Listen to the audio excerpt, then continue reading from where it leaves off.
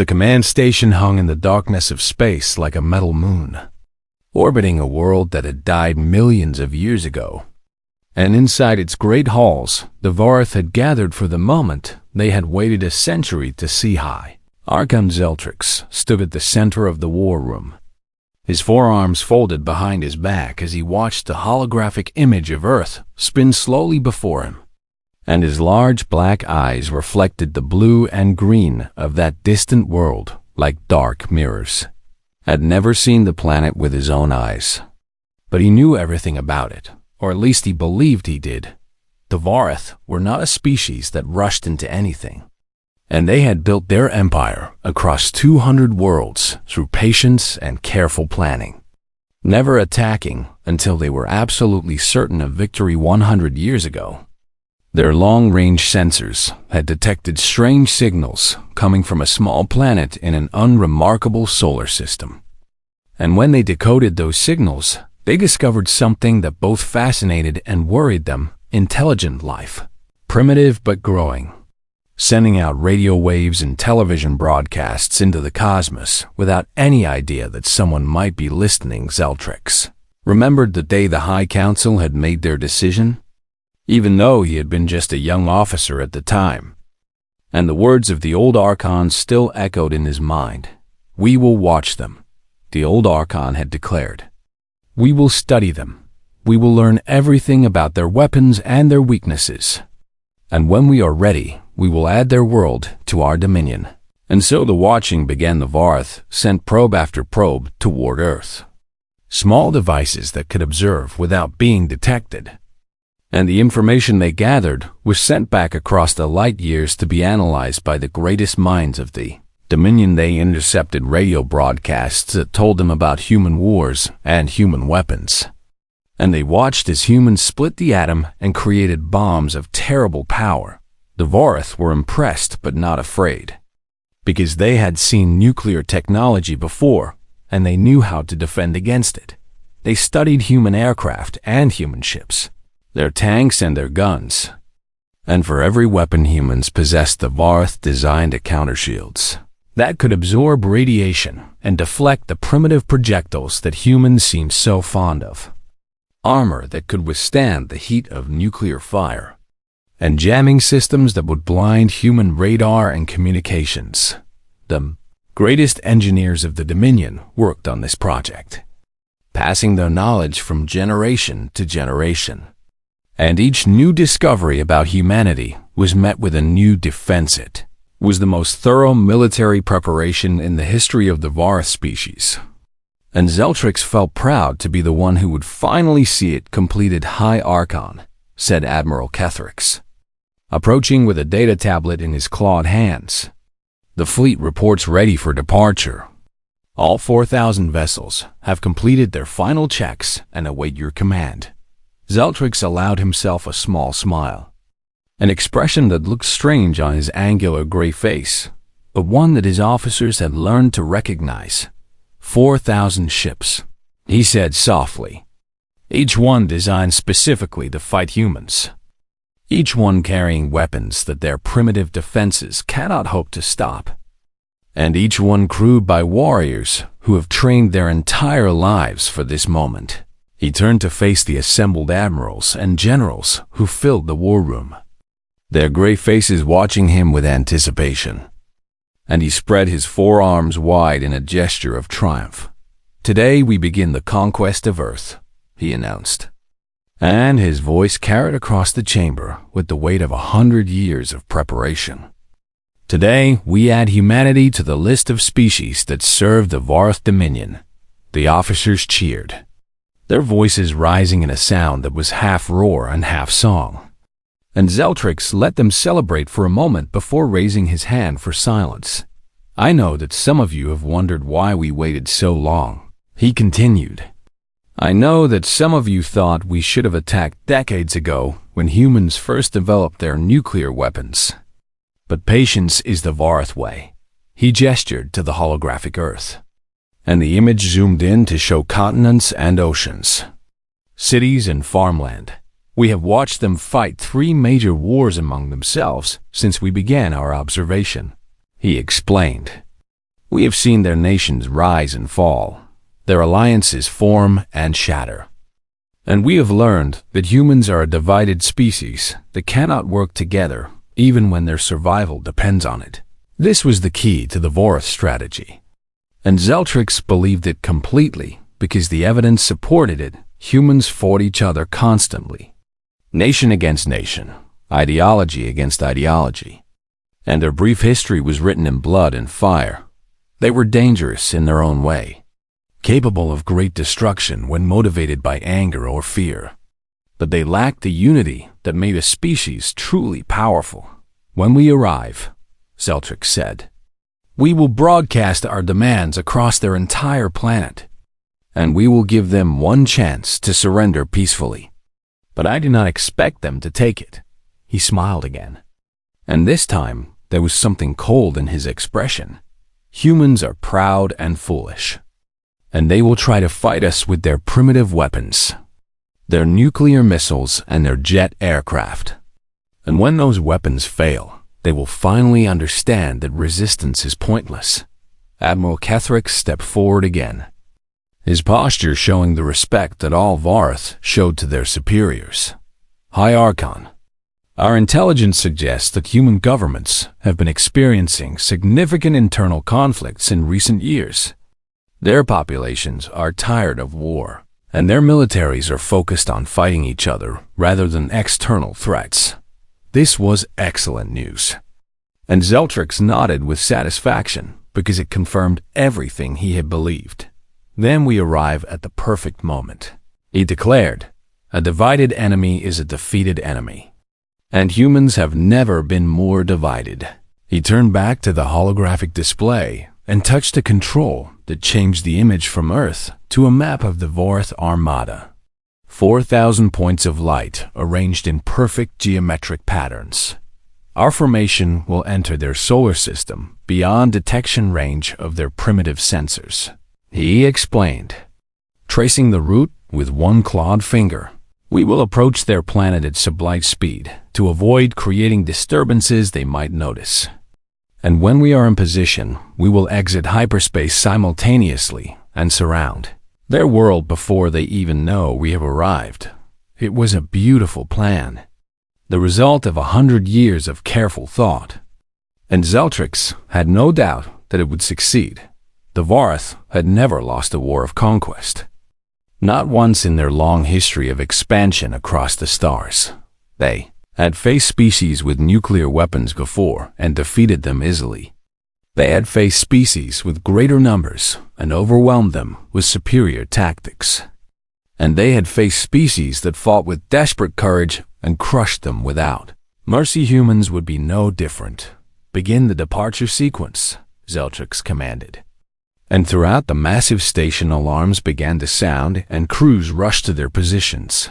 The great engines of 4,000 warships came to life, filling space with energy that would have seemed like magic to the humans they were about to conquer.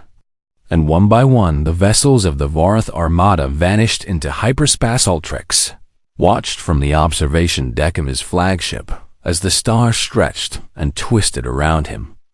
And he allowed himself to imagine the victory celebrations that would follow their triumph. He would be remembered forever as the Archon who brought humanity into the Dominion, and his name would be carved into monuments on 100 worlds.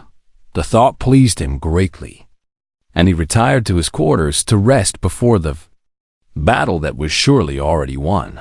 He did not know that humans had changed since the last intelligence update. He did not know that technology could advance faster than any Vorath model predicted.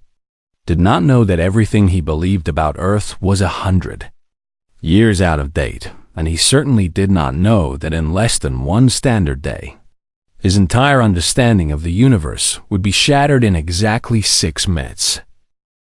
Commander Sarah Chun was drinking her morning coffee when the alarm began to sound, and for a moment she simply stared at her cup, as if the dark liquid might explain what was happening.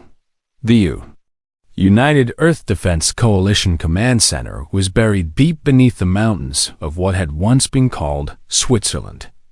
protected by layers of rock and metal and energy shields that could withstand almost anything the universe might throw at them. Sarah had served here for 12 years, watching the screens and running the drills and waiting for a day that everyone hoped would never come. Now that day had arrived. Commander called Lieutenant Torres from his station across the room, his voice steady despite the tension that showed in his eyes. We have 4,000 unidentified contacts emerging from hyperspace at the edge of the solar system. Sarah set down her coffee and walked to the main display, her boots clicking against the polished floor in a rhythm that helped her stay calm. 4,000 contacts. The number was larger than she had expected, larger than any of the simulations they had run. But it was not larger than they could handle. "Show me," she said quietly. And Torres brought up the tactical display. The contacts appeared as red dots against the black background of space, arranged in geometric patterns that spoke of military discipline and careful planning.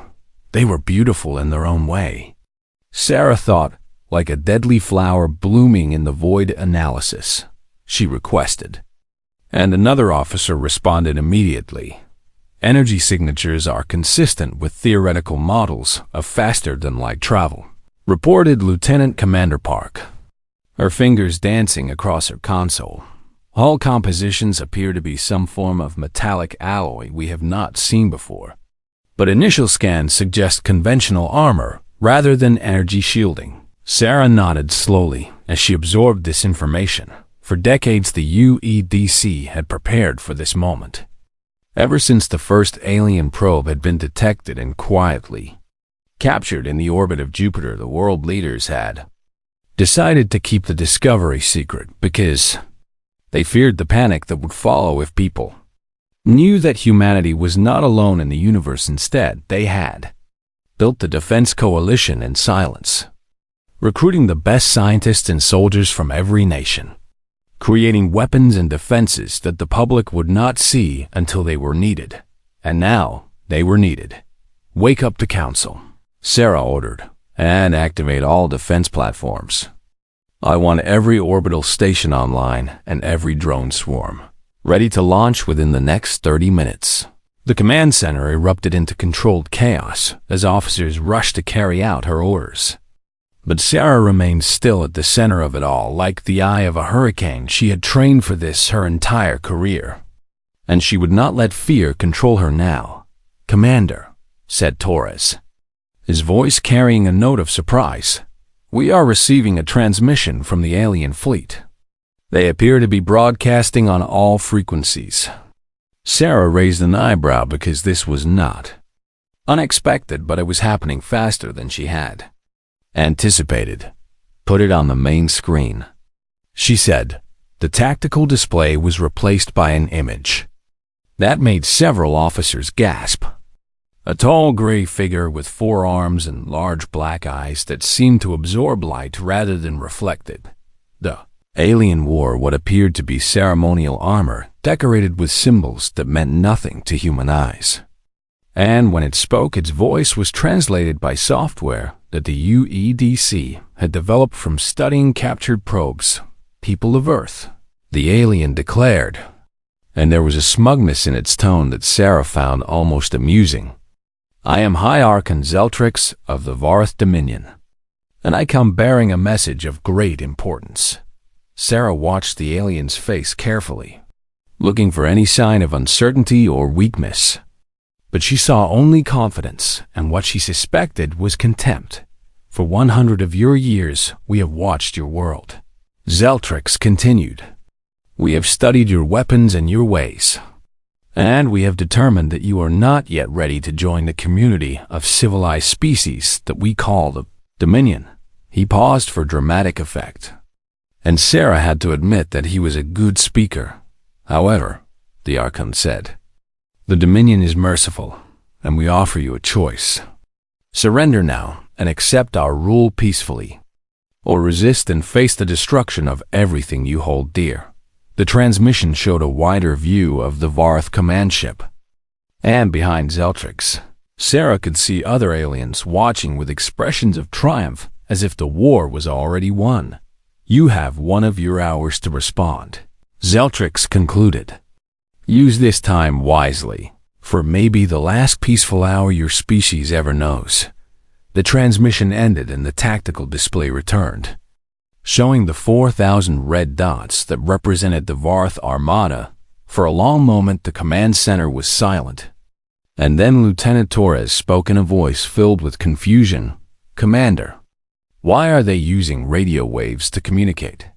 Our systems almost did not recognize the transmission protocol because it is so outdated. Sarah allowed herself a small smile because she had noticed the same thing. Because they think that is what we use, she replied. They have been watching us for 100 years. But I suspect their information is not as current as they believe. She walked back to her console and pulled up the intelligence files that the UEDC had compiled over the decades. Files that painted a picture very different from the one the Varth seemed to have. The aliens had been observing Earth since the early 20th century, intercepting radio and television broadcasts that leaked into space. They had seen humanity at its worst during the World Wars, and watched the development of nuclear weapons, and had apparently concluded that they knew everything they needed to know about human technology. What they had not seen was what humanity had done in secret. The captured probes had given human scientists access to principles of physics that had accelerated development by centuries. And the threat of alien invasion had united the world's governments in a way that nothing else could. The weapons platforms orbiting Earth were not the primitive nuclear missiles the Varth expected. They were railguns capable of accelerating projectiles to a fraction of the speed of light, directed energy weapons that could cut through any armor, and drone swarms controlled by artificial intelligence that could think faster than any living mind. Contact the Council, Sarah ordered. Tell them the situation is under control, and we do not need to use the diplomatic option. Lieutenant Commander Park looked up from her console with surprise on her face. Commander, should we not at least try to negotiate? Perhaps we can avoid a battle entirely. Sarah considered this for a moment because it was a reasonable suggestion. But she had read the intelligence reports, and she knew what the Varth were. They had conquered 200 worlds across the galaxy, and they had never accepted anything less than total submission from the species they encountered. Negotiation would only give them time to identify weaknesses in Earth's defenses. They did not come here to talk, Sarah said firmly. They came here to conquer, and if we show any sign of weakness, they will see it as confirmation that humans are exactly the primitive species they believe us to be. She turned back to the tactical display and studied the Varth formation with professional interest. The alien ships were arranged in perfect geometric patterns, their positions fixed and unchanging. They were not maneuvering, not deploying defensive screens, not doing any of the things that a fleet expecting real resistance would do. They were waiting, confident that their overwhelming numbers and superior technology would make the battle nothing more than a formality. Sarah had seen that kind of arrogance before in the history books, and she knew exactly how to exploit it. All platforms report ready, announced Torres, his voice now carrying a hint of excitement. Drone swarms are deployed and awaiting targeting data. Orbital railguns are charged and aimed. Sarah nodded and took a deep breath, knowing that the next words she spoke would change human history forever. Send our response to the Varth transmission, she ordered. One word only. Torres looked at her questioningly, and she smiled. The word is no. The message was sent, and across the void of space 4,000 Varth warships received a response they had never expected. They did not understand what it meant. Not really, because in their entire history, no species had ever refused their ultimatum. High Archon Zeltrix ordered his fleet to advance, confident that a show of force would convince the primitives to reconsider. He had no idea that humanity was not refusing out of foolish pride or desperate courage. They were refusing because they knew they could win all platforms. Sarah said calmly, watching the red dots begin to move on her display. Weapons free. The first minute of the battle began with Light High Archon Zeltrix stood on the command deck of his flagship, watching the blue sphere of Earth grow larger on his view screen, when something strange happened to the ship directly ahead of him. One moment the Varth cruiser Dominant Will was there, its engines burning bright as it led the advance formation toward the primitive planet. The next moment, it was simply gone as Zeltrix blinked his large black eyes in confusion because he did not understand what he had just witnessed. There had been no warning, no energy buildup that his sensors could detect, no sign of weapons fire from the planet below.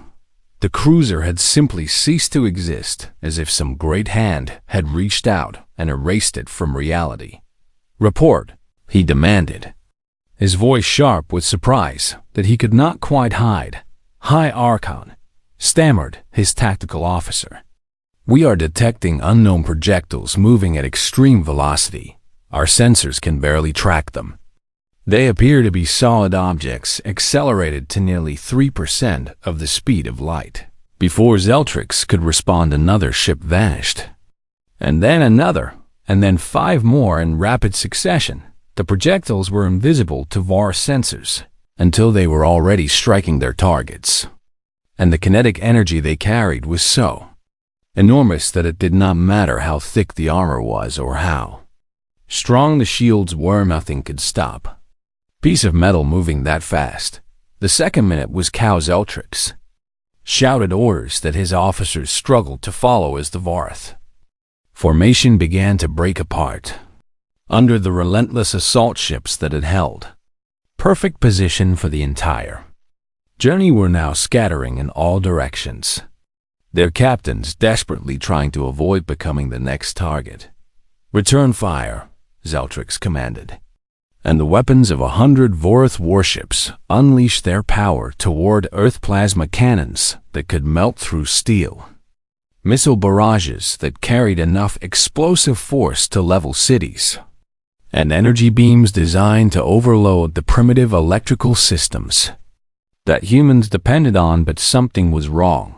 The missiles never reached their targets because they were intercepted by beams of focused light that seemed to come from nowhere, cutting them apart in the void long before they could threaten the planet. The plasma bolts scattered against invisible barriers that the Varth had no knowledge of, their energy absorbed and dissipated as if it was nothing, and the weapons platforms that fired back at the Varth fleet were not on the planet at all.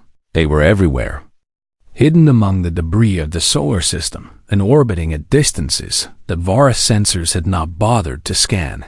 Their technology, gasped Admiral Kethrix from his position beside Zeltrix. "This is not what we expected. These weapons are not in any of our intelligence reports." Zeltrix felt something he had not experienced in decades, a cold sensation in his chest that he eventually recognized as fear. The third minute brought new horrors. The Vorith fleet had lost nearly 300 ships in less than 120 seconds, and they had not managed to damage even a single human target. Zeltrix made the only decision he could under the circumstances. "All ships retreat," he ordered, his voice carrying across the fleet through the command network. "Execute emergency hyperspace jump. Get us out of this system immediately." But when the Vorith ships tried to activate their hyperspace drives, nothing happened. The engines powered up, the calculations completed, but the fabric of space refused to bend to their will. "High Archon," reported his engineering officer, her voice trembling. "Something is interfering with our hyperspace systems. There appears to be some kind of field surrounding the area that prevents faster than light travel." Zeltrix understood immediately what this meant. The humans had trapped them. They had known the Varth were coming. They had prepared weapons that no Vorith analyst had ever imagined, and they had made sure that when the battle began, there would be no escape. This was not a defense. It was an ambush. The fourth minute belonged to the Drana. Sheltrix watched in horror as thousands upon thousands of small objects launched from hidden platforms throughout the solar system, each one moving with a speed and precision that seemed impossible. These were not ships in any sense that the Vorath understood. They were machines controlled by artificial minds that could think and react faster than any living creature. They swarmed through the Vorath formation like angry insects, targeting engines and weapons and command bridges with surgical accuracy. The Vorath gunners tried to shoot them down, but there were too many. And every time one was destroyed, two more took its place. Ships that had survived the initial railgun assault now found themselves crippled as drones tore through their critical systems, leaving them drifting and powerless. "We have to surrender," Admiral Ketherick said, grabbing Zeltrix by the arm with a desperation that would have been shameful under any other circumstances. "Arkham, please. We have to tell them we surrender before they destroy us all." Zeltrix wanted to argue, wanted to insist that the Vorath had never surrendered in all their history. But he could see the numbers on his tactical display, and he knew that pride would not save his people. "Open a channel," he ordered. "All frequencies. Broadcast our surrender," but the fifth minute brought only silence. The Vorath communication systems were being jammed by something they could not identify, a signal that overwhelmed every frequency and made it impossible to transmit anything beyond the range of a few kilometers. Zeltrix tried everything. Radio waves and light pulses and even physical signals launched from the ship.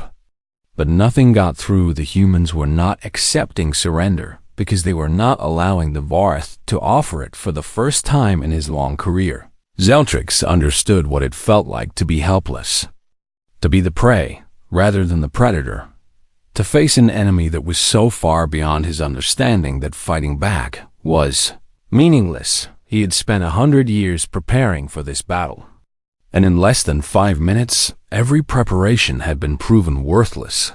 The 6th minute was quiet. The railgun fire had stopped. The drones had pulled back to defensive positions, and the Vorath fleet hung motionless in space like a collection of broken toys of the 4,000 ships that had entered the solar system with such confidence. Only 847 remained intact enough to support life. The rest were debris, expanding clouds of metal and gas that had once been the pride of the Dominion. Zeltrix stood alone on his command deck, surrounded by officers who were too stunned to speak. And he waited for the killing blow that he was certain would come, but it did not come. Instead, after what seemed like an eternity, the jamming stopped and a new signal came through the communication system. It was a human face, a woman with dark hair and calm eyes who looked at Zeltrix with an expression that held no anger and no triumph. She spoke in the Vorath language, perfect and fluent as if she had been speaking it her entire life. "Archon Zeltrix," she said. "I am Commander Sarah Chun of the United Earth Defense Coalition. On behalf of humanity, I accept your surrender. Please instruct your remaining vessels to power down their weapons and prepare for boarding." Zeltrix stared at the screen, his mind struggling to process what was happening. They had decoded the Vorath language. They had been watching the Dominion just as the Dominion had been watching them, and they had prepared countermeasures for every weapon the Vorath possessed. "How?" he whispered, the words slipping out before he could stop it. Commander Chun tilted her head slightly, as if considering whether to answer. "You based your invasion on intelligence that was 100 years out of date," she said simply. "You prepared for the humanity of your great-grandparents, but you attacked the humanity of today. We are not the same species you were watching." She paused, and something that might have been sympathy crossed her face. "We never were." The transmission ended, and Zeltrix slumped into his command chair, feeling older than he had ever felt before. Around him, his officers began the shameful work of powering down weapons and signaling surrender. And in the space beyond, his ship, the wreckage of the greatest armada the Dominion had ever assembled, drifted silently through the void. 6 minutes. 1 100 years of preparation destroyed in 6 minutes. Zeltrix closed his eyes and wondered how he would explain this to the High Council. Wondered if there would even be a High Council when news of this disaster reached the homeworld. He had come to Earth expecting to find primitives who would bow before Vorath's superiority. Instead, he had found something far more terrifying. He had found a species that refused to be underestimated. The cell was comfortable, and that bothered Zeltrix more than chains ever could have, too. Weeks had passed since the battle that the humans were already calling the 6-Minute War, and the former High Archon of the Vorath invasion fleet had spent every day in this small room, wondering why he was still alive. The humans had given him a bed that was surprisingly suited to his alien body, food that was different from Vorath cuisine, but not unpleasant, and a window that looked out over the gray surface of the moon that orbited their planet. They had treated him with respect, with courtesy, and with a patience that he found deeply unsettling. In the Dominion, prisoners were kept in dark cells and given only enough food to survive, because defeated enemies deserved nothing more. But humans apparently had different ideas about how to treat those they had conquered. The door to his cell slid open, and a human male walked in, carrying a small device that Zeltrix had learned was used to record conversations. The human was older than Commander Chun, with gray in his hair and lines on his face that spoke of many years spent thinking about difficult things. "Good morning, High Archon," the human said in perfect Vorath, settling into a chair across from Zeltrix. "I hope you slept well." "Well enough," Zeltrix replied, studying this new visitor with the careful attention that had served him throughout his long career. "You are not military." The human smiled and shook his head. "My name is Marcus Webb. I am what humans call a diplomat. My job is to talk to people and try to understand them." Zeltrix made a sound that was the Vorath equivalent of a bitter laugh. "There is nothing to understand. We attacked your world, and you defeated us. That is the end of the story." "Is it, though?" Marcus asked, and there was genuine curiosity in his voice. "I do not think so. I think the story is just beginning." He leaned forward in his chair, and Zeltrix noticed that there was no fear in his eyes, even though he was alone in a room with a being who had tried to conquer his entire species. "Tell me, High Archon, why did the Vorath decide to invade Earth?" Zeltrix considered refusing to answer, but he could see no reason for silence anymore. His fleet was destroyed. His mission had failed, and any information he provided could not possibly make his situation worse, "because it is what we do," he said simply. "The Dominion has existed for 12,000 years, and in that time we have brought 200 worlds under our rule. Expansion is our purpose. Conquest is our destiny." Marcus nodded slowly, as if this answer confirmed something he had already suspected. "And in all those conquests, has any species ever defeated you the way we did?" The question struck Zeltrix like a physical blow, and for a long moment he could not bring himself to respond. "No," he finally admitted, the word tasting like poison on his tongue. "Some have fought harder than others. Some have made us pay a higher price for victory, but none have ever won. Until now. Why do you think that is?" Marcus Zeltrix had been thinking about this question ever since the battle ended, and he had come to a conclusion that filled him with a mixture of respect and terror. "Because you knew we were coming," he said. "Somehow you knew, and you prepared in ways we never anticipated." Marcus nodded again. "We detected your observation probes decades ago.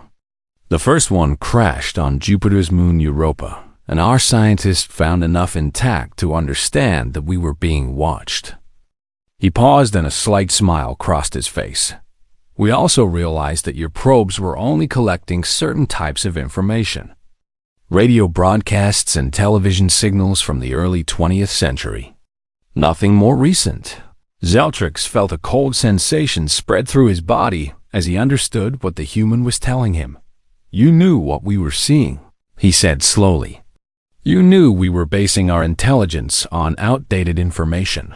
More than that, Marcus replied. We made sure you kept seeing what you expected to see. We continued broadcasting on frequencies we knew you were monitoring, while developing our real technology in secret. The former High Archon stared at the human diplomat, and for the first time since his capture, he felt something other than shame and confusion. He felt a grudging admiration. You used our own methods against us, he said. You were patient and careful, and you waited until you were certain of victory. That is the Vorath way. Perhaps, Marcus said. Or perhaps we simply did what humans have always done when faced with a threat we cannot avoid. He stood and walked to the window, looking out at the stars that sparkled in the black sky above the lunar surface. Let me tell you something about my species, High Archon. Something that I think you need to understand if we are going to have any kind of meaningful conversation. Zeltrix waited, sensing that whatever the human was about to say would be important. Humans are young compared to the Vorath. Marcus continued. Your civilization was building starships when ours was still learning to grow crops. And by any reasonable measure, we should be nothing but primitives to you. That is what we believed. Zeltrix admitted, and you were wrong, Marcus said, turning back to face him. Not because you made calculation errors or missed important data, but because you did not understand what makes humans different from other species. He returned to his chair and leaned forward, his eyes meeting Zeltrix's with an intensity that was almost physical. We change, he said simply. We adapt, we evolve. We look at problems that have defeated every generation before us, and we refuse to accept that they cannot be solved. All species adapt, Zeltrix objected. It is the nature of life. Not like we do, Marcus replied. The Vorath have been using essentially the same technology for thousands of years because it works, and you see no reason to change it. But humans, we throw away working technology and replace it with something better every few decades. He gestured toward the window and the earth that hung in the sky beyond it. 100 years ago, my great-grandparents could not have imagined the world I live in. And 100 years from now, my great-grandchildren will live in a world that I cannot imagine. That is what it means to be human. Zeltrix was silent for a long time, processing this information and comparing it to everything he thought he knew about the species that had defeated him. You are saying that your rapid technological advancement is not an anomaly, he said slowly. It is a fundamental characteristic of your species. Exactly, Marcus confirmed. And it accelerates during times of conflict. When humans face a threat, we do not retreat into what we know. We push forward into what we might become. The former High Archon felt something shift in his understanding of the universe. A fundamental assumption crumbling like sand before a wave. Then you could not have been conquered, even if our intelligence had been accurate, he said, the words coming out almost against his will. Because by the time we arrived, you would have advanced beyond whatever we prepared for. Marcus spread his hands in a gesture that seemed to confirm this conclusion. Perhaps not, but I can tell you this. From the moment we discovered your probes, our species united in a way it never had before. Nations that had been enemies for centuries began working together. Resources that had been spent on fighting each other were redirected to a common defense. He smiled again. And this time there was something almost gentle in the expression. You actually did us a favor, High Archon. Without the threat of invasion, we might have destroyed ourselves with our own weapons.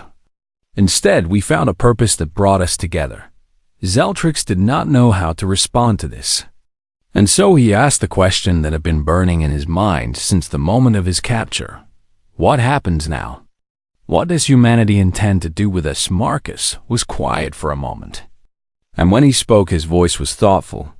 That is still being decided, but I can tell you what will not happen. We will not execute your prisoners, or enslave your people, or seek revenge for the invasion. Why not? Zeltrix demanded. Genuinely confused. It is what we would have done to you. Because we are not the Vorath, Marcus said simply. And because we believe that there is a better way to deal with former enemies than punishment. He stood and walked toward the door. But paused before leaving. I will be back tomorrow, High Archon, and the day after that. And every day, until you understand something that the Vorath have never learned in 12,000 years of conquest. What is that? Zeltrix asked. Marcus turned back to face him, and his eyes held something that the former High Archon could not identify. Something that seemed to combine sadness and hope in equal measure. That strength is not the only thing that matters. That sometimes the species that survives is not the one that conquers, but the one that builds. And that the universe is large enough for all of us if we are willing to share it. He left. And Zeltrix sat alone in his comfortable cell, staring out the window at the world that had defeated him. For the first time in his life, he wondered if everything he had been taught was wrong. And, for the first time since the battle, he felt something that was not fear or shame or anger. He felt curious about what would come next. 1 year had passed since the 6-minute war, and the galaxy would never be the same. Admiral Sarah Chun stood at the window of her office in Geneva, watching the sun set over mountains that her ancestors had crossed on foot thousands of years ago. So much had changed since that morning when she had ordered her forces to fire on the Vorath Armada. And sometimes she still had trouble believing that any of it was real. The news of humanity's victory had spread across the stars faster than anyone expected, carried by traitors and refugees and spies who served 1,000 different masters. Species that had lived under Vorath domination for centuries had heard the impossible story. A young civilization from an unremarkable planet had defeated the most powerful military force in the known galaxy in less time than it took to brew a cup of tea, and they had started asking questions. The first emissaries arrived 3 months after the battle. Small ships carrying representatives from worlds whose names humans could barely pronounce. They came in secret at first, afraid that the Vorath might discover their missions and punish them. But as the Dominion descended into civil war, they grew bolder. They all wanted the same thing. You taught yourselves to fight, they would say, their alien faces showing emotions that humans were still learning to read. Can you teach us? Sarah had met with many of them personally, listening to their stories and trying to understand the galaxy that humanity was now a part of. The picture they painted was not a happy one. The Vorath had ruled through fear for millennia, crushing any species that showed signs of developing military technology capable of threatening their dominance. Entire civilizations have been forced to abandon their own development and accept lives of servitude, their potential forever stunted by the knowledge that resistance meant extinction. But now the Vorath were weak, their fleet destroyed and their empire fragmenting as subject worlds sensed the opportunity for freedom, and everyone was looking at Earth. Admiral Chun, said a voice behind her, and Sarah turned to find her aide Lieutenant Torres standing in the doorway. The council is ready for you. She nodded and followed him through the corridors of the United Earth Government building, passing guards and officials who straightened when they saw her uniform. Sarah had never wanted to be a symbol, but the war had made her one whether she liked it or not. She was the human who had said no to the Vorath, and her face was now known on worlds that most humans could not even find on a star chart. The council chamber was a vast circular room filled with representatives from every nation on Earth. Their faces turned toward the central platform, where Sarah would deliver her report. She climbed the steps slowly, feeling the weight of what she was about to propose. Members of the council, she began, her voice carrying across the chamber with the help of invisible speakers. I come before you today to discuss the future of humanity among the stars. The chamber was silent, every eye fixed on her as she spoke. In the past year, we have received communications from 147 different species, all of them asking for our help in various ways. She touched a control and holographic images appeared in the air around her, showing alien faces and alien worlds and alien ships. Some want military assistance against the remnants of the Varth Dominion. Others want access to our technology. And still others simply want to know that they are not alone in their desire for freedom. She paused, letting the images fade before continuing. We have a choice to make. A choice that will determine what kind of civilization humanity becomes. The representatives stirred in their seats, knowing that whatever came next would be historic. We could close our borders and focus on our own development. Building defenses so powerful that no one will ever threaten Earth again. This is the safe option, the cautious option, and I will not pretend that it does not have merit. She saw heads nodding in agreement, particularly among the older delegates, who remembered the fear of the invasion. But I believe there is a better path. She stood straighter, her voice growing stronger as she spoke the words she had practiced 100 times. The Vora spent 12,000 years building an empire through conquest and fear. And in the end, it took one battle to show how fragile that empire was. She gestured to the stars that glittered through the chamber's glass ceiling. Out there are billions of beings who have never known what it means to be free, who have never had the chance to discover what their species might become without the boot of the Dominion on their necks. Her eyes swept across the chamber, meeting the gazes of delegates from every corner of Earth. We have something that they need. And I am not talking about weapons or technology. I am talking about hope. She let the word hang in the air for a moment before continuing. When we defeated the Vorth, we proved that power is not everything, that a young species with the will to fight can overcome any obstacle. And that message has already started to change the galaxy. She brought up new images, showing scenes from worlds that had never appeared in human history books. 3 Varth subject worlds have declared independence in the past month alone. Their leaders citing our victory as proof that freedom is possible. And more will follow. The delegates murmured among themselves, and Sarah could see that she was reaching them. I propose that we establish a new alliance. Not an empire like the Dominion, but a partnership of free species, working together for mutual benefit and protection. She paused again, knowing that the next words would be the most controversial. I propose that we send teachers and advisors to any world that requests them, that we share the knowledge that allowed us to defeat the Varth with species who want to defend themselves, and that we make it clear to the galaxy that humanity stands with those who seek freedom. The chamber erupted into noise as delegates shouted questions and objections. But Sarah held up her hand for silence. I know that some of you are afraid. Afraid that we will become like the Varth. Afraid that we will be drawn into wars that are not our own. Afraid that we will lose what makes us human. She smiled, and there was a warmth in her expression that surprised even those who knew her well. But I have faith in our species. We are not conquerors by nature. We are explorers and builders and dreamers. And I believe that if we reach out to the galaxy with open hands instead of clenched fists, we will find friends we never knew we had. She stepped back from the podium. Her report complete. The choice is yours. But I ask you to remember something as you make your decision. Her voice dropped to a quieter tone, but somehow it carried even further. 6 minutes. That is all it took to change the course of galactic history. Imagine what we could do if we tried.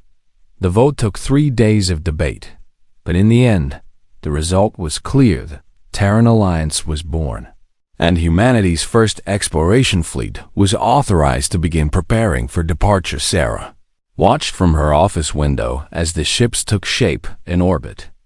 Great vessels that would carry teachers and diplomats and scientists to worlds that had never known human kindness. She was no longer just a military commander.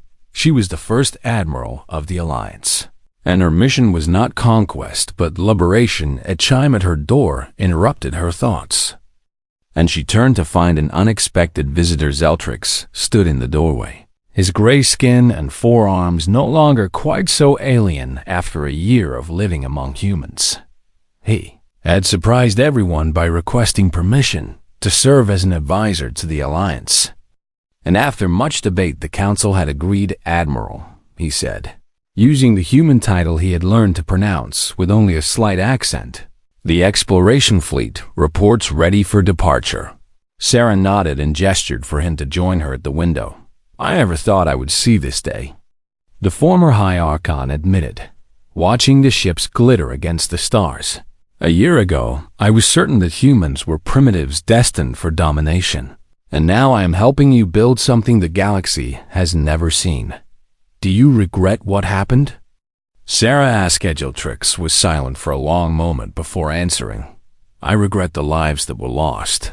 I regret the arrogance that led us to war, but I do not regret the outcome. He turned to face her, and his large black eyes held something that might have been hope. For 12,000 years, my species believed that power was the only thing that mattered. That conquest was the path to greatness, and that weakness meant extinction. But you have shown me that there is another way. Sarah smiled and placed her hand on his shoulder, a gesture that still felt strange to both of them, but was becoming more natural with time. The galaxy is about to change, she said, and I am glad you are going to be part of it. Together, they watched as the first exploration fleet of the Terran Alliance broke orbit and began its journey toward the unknown somewhere in the void between stars. Species that had never known hope were about to learn that they were not alone and somewhere in the cold darkness of space. The wreckage of the Varth Armada still drifted, a silent reminder of what had happened when a species mistook patience for weakness and preparation for wisdom. The 6-minute war was over, but the story of humanity among the stars was only beginning, and it was going to be a story unlike anything the galaxy had ever seen.